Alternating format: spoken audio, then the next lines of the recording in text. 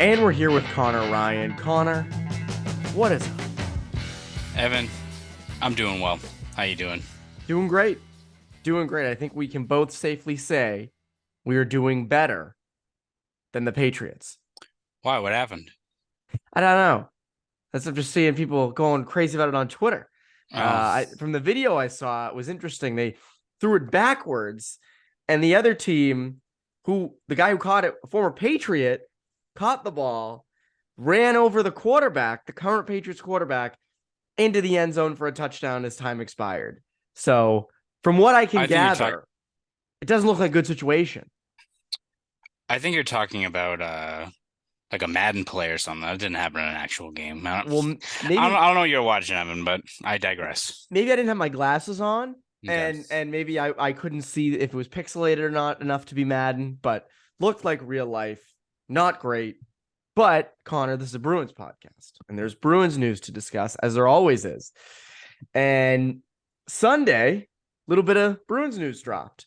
Bruins decided to waive Craig Smith. He just cleared, actually, like right before we came on to record. Thank God. I was hoping that we'd get news on whether or not he cleared prior to recording this. Thankfully, we did get that clearance.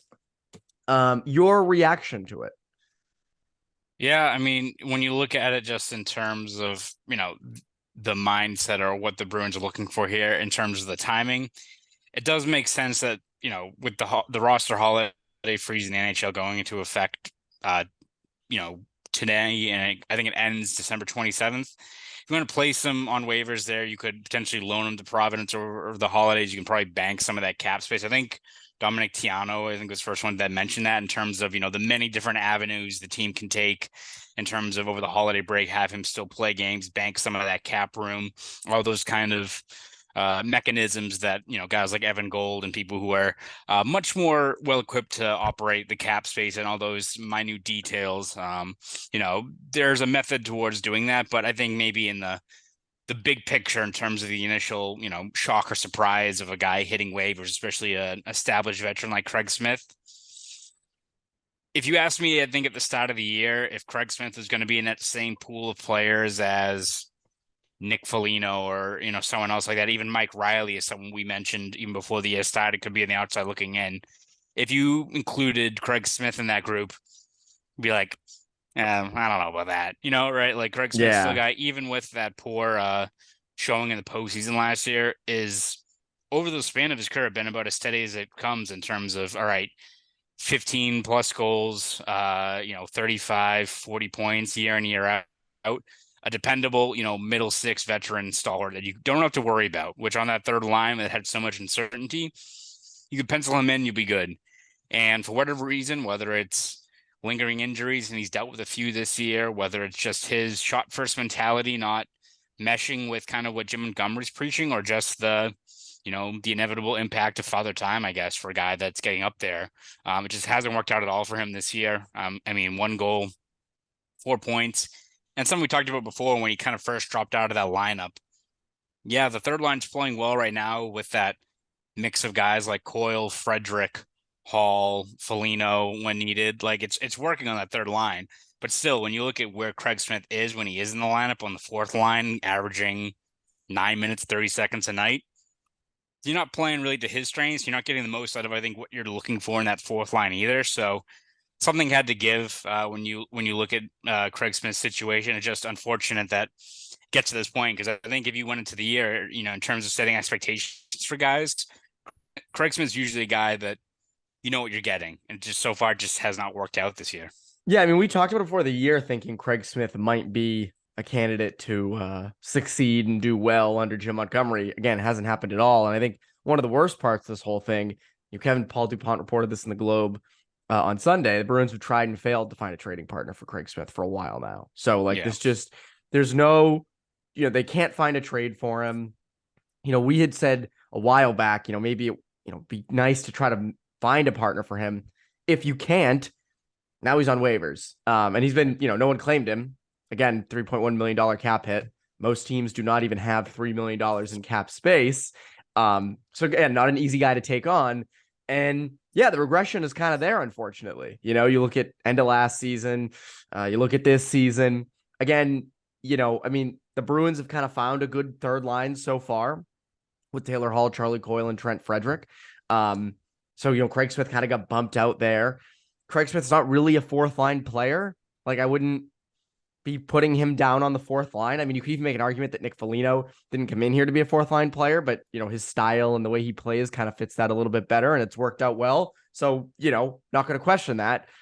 But again, I just look at kind of Craig Smith and how that's all taken place, and it's unfortunate because, as you said, he's and again, maybe he stays with the Bruins, long term, or at least through the season. And, he's a good depth forward for the postseason. I mean, we've said this multiple times now that, come the playoffs, if you need to make a switch in the lineup, he's a veteran, I mean, it's not guaranteed scoring, but it's as close as you can get to a guy being guaranteed scoring coming off the ninth floor. So again, I mean, I don't know what the long-term future of him is here. Like, I guess it's similar to Mike Riley in a sense. Like, either he goes to Providence or, as you said, they find a way for him to play in Boston. What do you think? Yeah, I mean, you still feel like at some point they're still going to look to see if there's a team that will take him in a trade, and maybe it gets to a point where you do have to throw a sweetener in there just because you do need that cap flexibility. I think probably more for Riley, I guess, where he has another year left on his deal. But I know Kevin Paul DuPont said they haven't found a trade partner yet. You wonder if they try again later on this year, just because when you look at Smith and what he could bring to a team that maybe has an opening in terms of that steady 13, 14, 15 minutes in the middle six, look at a guy who's a pending free agent anyway.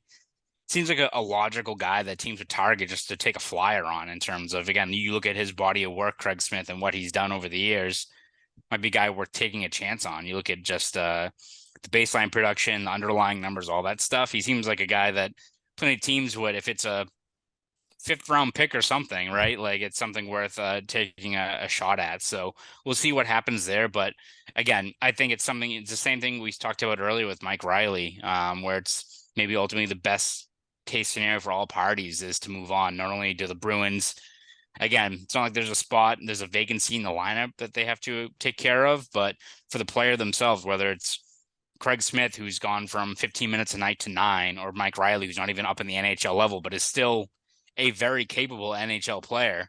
I think that's something where they would benefit probably from a change of scenery too. This is something that should benefit all parties. It's just finding a team to take on that contract. When you look at even Craig Smith, I think his salary this year, I know his cap at 3.1 million. I think his salary is like 4.3. Yeah. So again, the salary is from the cap hit. So that's something that, especially for teams that are balancing the books and looking at how much actual, operating room they have here, that's something that I think also factors into it, is what the actual base salary is for a few of these players. Yeah, that's the tough part. But again, I look back at and you kind of alluded to it there with the deadline. Like, there's got to be a team out there that's, on the verge of being a contender or is full blown a contender who says, hey, we really need a depth right winger who can potentially put up points. He's not going to cost a lot in a trade. As you said, like, 5th round pick, 6th round. I mean, like, you're just not giving up a lot for him. And I don't know. You get some production out of him down the stretch. You hope he catches fire in the playoffs.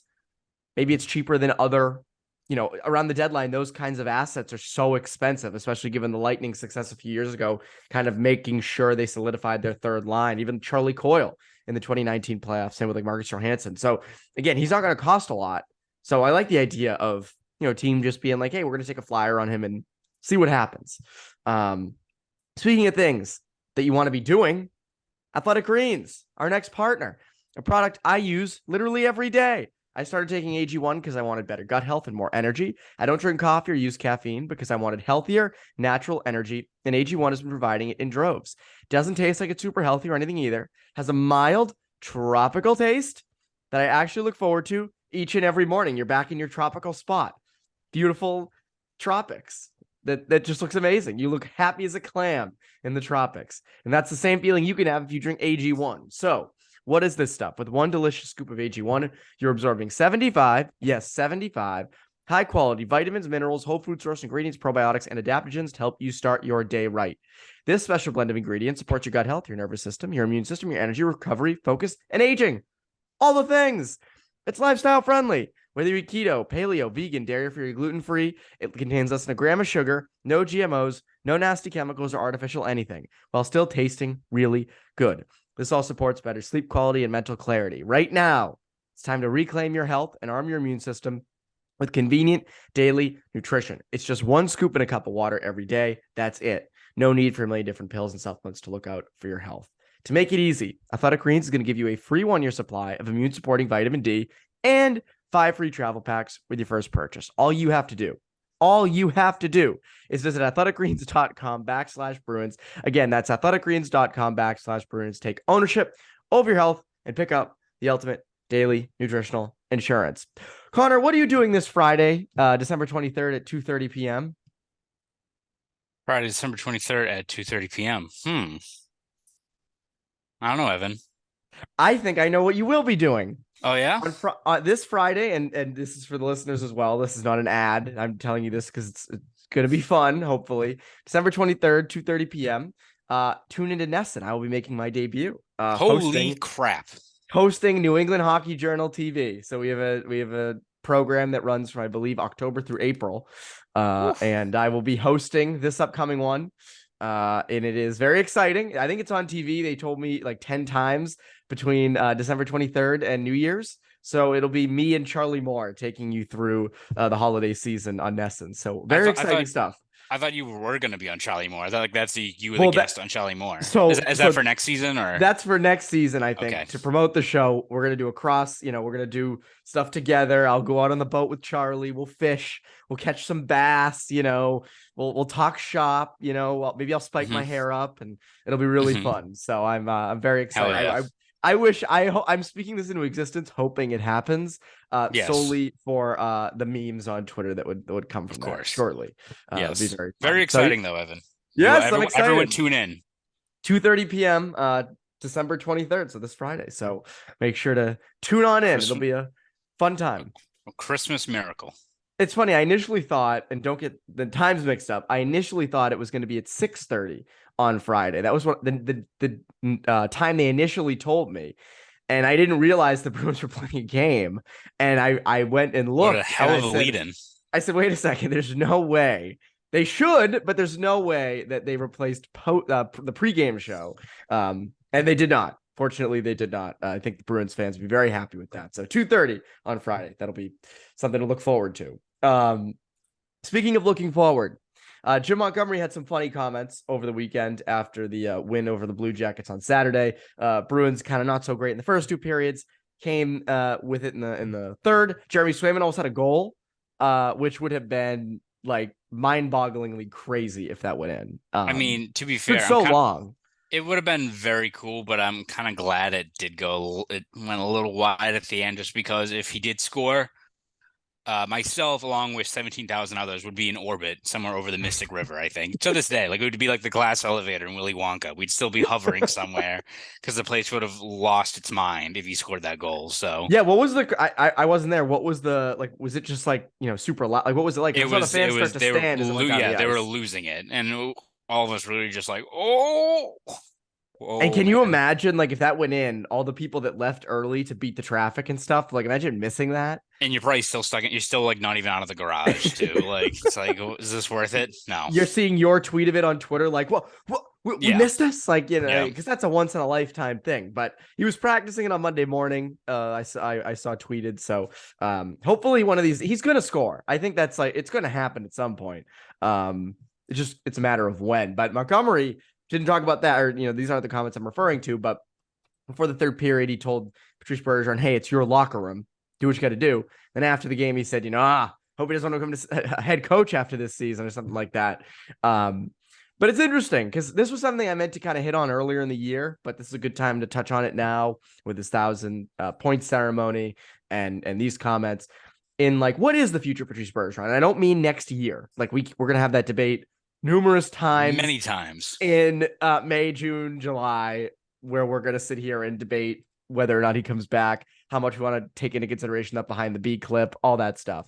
But down the line, like a next career, I think it seems like, former players, they become analysts, they'll become coaches, scouts, college coaches, different levels of hockey, or there's the front office route, general manager, assistant GM. You see Adam McQuaid as like a player development person, team president. I think that's where I see Bergeron. I don't see him as a head coach. And that's not a thing on Bergeron. That's not like, oh, he could never be a coach. Like, I think Bergeron would be a fine head coach. But I think you want to start the culture even higher. I think Bergeron is a future team president. Am I wrong? No, I think that's a good call for him in terms of where he could maybe have the most influence in terms of just setting the tone, the accountability, those things for the team as a whole, right? And it's something where I think it's always tricky when it comes to charting out like a player's next steps because it can go in so many different directions, and it's guys that you don't really think that could be coaches or front office personnel are all of a sudden, making that next step. It's almost, I remember it's a different sport, but when Kevin Garnett retired, I feel like there was a lot of like discourse about Garnett and like he's such an intense guy. Like, what exactly does he do next? And like a few people were like, oh, he's gonna like just like go away and you're never gonna hear from him. He's gonna be like living like out in like Malibu, wherever he lives, and just like be chilling, and that'll be it. And now he's like on like he's on TNT, he's on like, he has his podcast, he's everywhere, right? And he's great. Like, it worked out great for him, but it's just these guys can never really tell. So does Bergeron want to coach? Does he want to do front office? I also feel like it'll be something where almost similar to Chara, once he retired, everyone's like, oh, put him in the front office right now. And Chara's like, all right, I played like 20 plus years. I'm gonna chill for a little bit. Give me a break. Yeah, after the amount of damage that Bergeron has sustained over his career and, the amount of time that he's dedicated towards the sport, have to imagine he's going to spend a couple of years to, focus on his family and relax and stuff like that. But it's one of those things where I feel like it's the same thing with Chara. If there's any interest at all down the road, I think the Bruins they'll clear out a cubicle. I think they'll make some room for a few of those guys in the room. Because again, it's not like this is something that is underrated in terms of what Chara or Bergeron brings to this team in terms of their presence, their messaging on accountability, those things. And I think that's something that's not probably lost on the front office in terms of keeping that in place in some capacity. So whether it's, development or, anything like that, GM, even president down the road, any of those things, like anywhere you can keep those guys somewhere and they have their fingerprints on the bigger operation of this team would seem to be like a no-brainer for the team. And if the players themselves are up for it, would not be surprised that's a route you see those guys both take down the road. Yeah, it's interesting though. I mean, you think about like Cam Neely, for instance, right? Like Cam Neely, I was not alive when Cam Neely was on the Bruins, so I can't speak to what the I experienced as the mood, but it seemed like Cam Neely, I have this correct, quite a legend in the span of Bruins history, quite an important player. Fans loved Cam Neely. And now as team president, you've seen over the years, slowly fans kind of turning on Neely in a sense. And I think like down the road, like let's say Patrice Bergeron did become team president.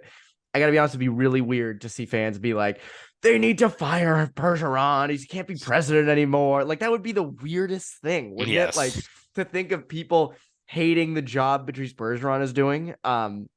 It's just so foreign to me. And I had such a weird time thinking about that. And I imagine if you went back to, the 90s, people said the same thing about Cam Neely. Like, oh, there's no way people could ever hate Cam Neely. Are you kidding me? But it's an interesting thing to think about because Bergeron and Chara, those two, I mean, are absolute candidates to be team presidents down the road if they want to be. And again, Chara has his real estate license. He knows like 135 million languages. Like he can do whatever he wants. But Bergeron's an interesting case. Like do they go into player development? It's it's an interesting thing. And again, this won't be for years. This will not be even next year, even if Bergeron does retire. Because as you said, I don't think Bergeron's going to like retire and then be like, and by the way, I'm joining the front office. Yeah. Although fans, I think, would love that. I don't think that's how it's going to really go. And I think also GM's an interesting case where I feel like you can't just, in most cases, you can't just like throw a player right in there because there's so much logistic wise, like salary caps and all that stuff. I mean, even Don Sweeney was many years as, just a member of the front office, assistant GM, like those types of things. So interesting stuff there. More near future stuff. And I know Bruins fans don't love when we talk the David Pastrnak contract stuff, but it's relevant. We told you it would be relevant, and it is relevant. Like this is a pertinent issue. The team also is just winning all the time still. I know they've had a few losses here and there, but nothing, is eye-popping, glaring off the ice that we need to dissect. at least in this episode, maybe in Poke the Bear later this week. But Sean McIndoe had an interesting thing, his column in The Athletic this week, where he was talking about, David Pastrnak's contract, and he brought up an interesting question. And he said, would Bruins fans be okay with David Pastrnak getting the highest NHL contract? Would they be okay with him making the most money? So for starters, you have to look at McDavid, who's $12.5 million a year. That was signed, I think, 5 years ago. McKinnon's contract will kick into gear next year at 12.6. And then after that is Artemi Panarin, I think, at 11.6. And he got that in free agency. I am highly sure this is not informed. This is just a prediction. My guess would be, as we've said, many times, Pastrnak at the open market, I don't think he would just command a lot of money. I think he would command the most ever, potentially. I mean, this is a game-changing player. This is you can brand your team after Pastrnak, not to get too businessy here, but you can sell a lot of jerseys and a lot of boxes of pasta with his face on it wherever you are in the league. He is a superstar and a personality and whatever. Do you think the Bruins should make him the highest paid player ever, if that's what he wants? There's no indication yet that's the case, but if it gets to that, I mean, it's a tough question, because it's like you have to balance it out. I mean, it's going to depend on what exactly that final asking price is, but if it's something where it's just a marginal increase from the already set precedent, that's the cost of doing business, right? And it's one thing where it's not like the good thing is it's not like there's term involved in it. So it's not like when the Padres signed Bogarts, right? And it's like, all right, the Red Sox weren't handing him 11 years, on top of what his payout was. It's not like there's going to be something where, well, the Devils offered him 15 years. Like, we can't do that. Like, it's not a situation like that. It just comes down to, I think, the annual cap hit. If you're the Bruins, it's something where, again, should have taken care of this beforehand in terms of tossing him probably in a $11.5 million deal at the start, so you don't have to pay 13, once you get to free agency, if that's what it takes. But it's something too where it's all right if Pastrnak sets the benchmark. Maybe the one thing you can kind of seek solace in there is the fact that it may not be this year, but the cap is jumping up quite a bit once all that escrow is paid off. So even if maybe he's going into this year as the highest paid player, once guys like Matthews and a few other guys hit free agency, and once the cap really, really jumps up the next couple of years, in 2025, 26, like Pastrnak could be like 6th or 7th, right? In terms of just how it is. So maybe it's something where the Bruins, again, might hurt in the short term in terms of this upcoming season, which, again, it's not like you're signing a guy and being like, this contract's not going to look that good. If Pastrnak goes out and scores 55 goals and 115 points this year, you're pretty happy, I think, with what you're going to get. I don't think that's going to erode within the next 4 or 5 years of the contract for a guy who's 26 years old, right? That deal's going to be costly, but I also don't think it's risky by any means. I think it's probably the best way to put it. So, yeah, you're going to pay a lot, and it would not be surprised if it's right up there in terms of the highest paid. But if you're the Bruins and you're paying that premium right now, but you look at this team in 2026, again, we don't know what the centers will be. So, but if you look at the cap and it's jumped up in a couple of years to 92, 93, 94 plus million off of all the cap that's set to explode, and you've got arguably the best pure goal scorer in the NHL and arguably the best defenseman in the NHL for a combined 20 million, if that's what it is in terms of 9.5 and what have you, maybe in the long run that looks pretty good. But again, I'm sure the Bruins, like most Bruins fans, probably wish this was taken care of earlier, because I think we started in the summer being like, all right, will he hit the same contract as McAvoy? Are we okay with that? Might have to be double digits, might be 10 and a half. Not the case anymore. It just keeps going up and up and up. And again, there's been no real public talk of this. There's not been any real reporting quite yet on this. Like, we have not heard that he wants a certain price or anything like that. It just goes back to the whole idea of, I think, highest paid player makes people cringe. But I think what would make people, Bruins fans cringe even more is if you lost him for nothing. That's the issue. Because you're not check on the Red Sox. Yeah, you're not trading David Pastrnak at this deadline. You just aren't. That is not happening. I don't think ever, because you're trying to win a cup. And as we've said, I think last week, there's no you can't do a star for star swap with this. You just can't. It doesn't seem to be one. And I don't think you should. I think this is a guy you want to keep. This is a potential future captain. And you just consider that you can't lose him for nothing. And this is a, generational talent, like one of the elite players in the league, you don't just let him walk. Because again, if he, let's say they get to the offseason and he signs with the New Jersey Devils for 13-14 million a year, or the Los Angeles Kings for that money, you are in really bad shape as a team. Because he's gone, you got nothing for him, and there's no replacement. It's not like Fabian Lysell is going to come up and just like, produce, So I just look at the whole situation, and I think pretty clear that if he wants to be the highest paid player, he can be the highest paid player. And I think you got to go to that extent. And it's funny, as I said, it's funny how this conversation has evolved over the past 6-7 months of, as you said, McAvoy money. Yeah, hopefully it'd be cool if he stayed around that. Now it seems to be going up higher. And again, maybe it's because they don't know what the centers are going to be in the future. I don't know. So we will see. Interesting stuff all the way. Conor, what can people look forward to from you? Yeah, we're going to have you covered again every step of the way. Again, this is my last week at BSJ. So echoing once again, very thankful for my time at BSJ, and thank you to all the readers, subscribers, everyone who have supported me along the way. Very excited to start my new role. But again, we'll be here throughout this week over bostonsportsjournal.com with the usual content in terms of game recaps, columns, Q&As, all that good stuff. Will be there. And it'll be there even after I move on. There'll still be quality content on that site. So please subscribe over at bostonsportsjournal.com. And if you want to follow me on Twitter, you can at ConorRyan_93. Go do all of that for CLNS Media. I'm Evan Marinofsky. Bruins Waive listeners, have a great rest of your week.